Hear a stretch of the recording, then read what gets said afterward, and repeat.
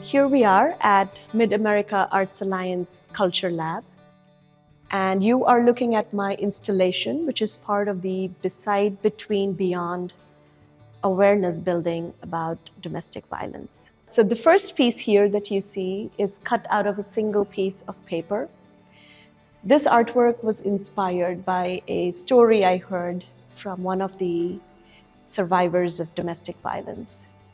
It's 5 different women standing together. The survivor told me that she stayed in an abusive relationship for almost 7 years because she waited for her 4 younger sisters to get married before she divorced and walked away from her abuser. It's one of the ways that I am trying to build awareness about the cultural problems that we have within immigrant and refugee communities.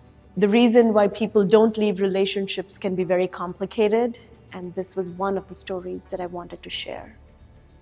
So, English, Tamil, and Hindi. So, we are reimagining what home means to us and what a safe space means to us. But we also want to keep in mind what are the language barriers when we discuss this subject.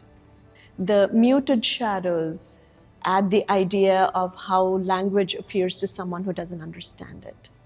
So you get bits and pieces of information, but you don't get all of the information. Me and my younger son love to build nests. So we will throw in pillows and blankets and covers and make this beautiful nest and lie down and read stories. And he told me once that he said, birds build nests and animals build nests, and this is where we feel very safe. And the word safe caught to me because we look at homes as a safe space. And these nests here that you see are an examination of what does safe space mean to each of us. Looking at it through the lens of domestic violence, how does that change? And this part of the installation is, again, site-specific. It has all been created for this space. What we have done here is built these temporary homes with hand-cut paper. And we have these women floating within these homes. If you stand close to it, it will move with your breath.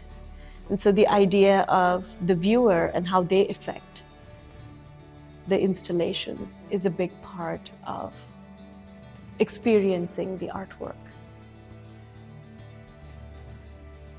Another hope I have for a viewer to experience with my installations is the light and shadow. So the idea of cutting paper is playing with negative and positive shapes and then lighting it intentionally in such a way that you have powerful shadows as part of the artwork. And in the context of what we're talking about here, domestic violence, the idea of light and shadow also plays into what is seen and what is not seen in somebody's life.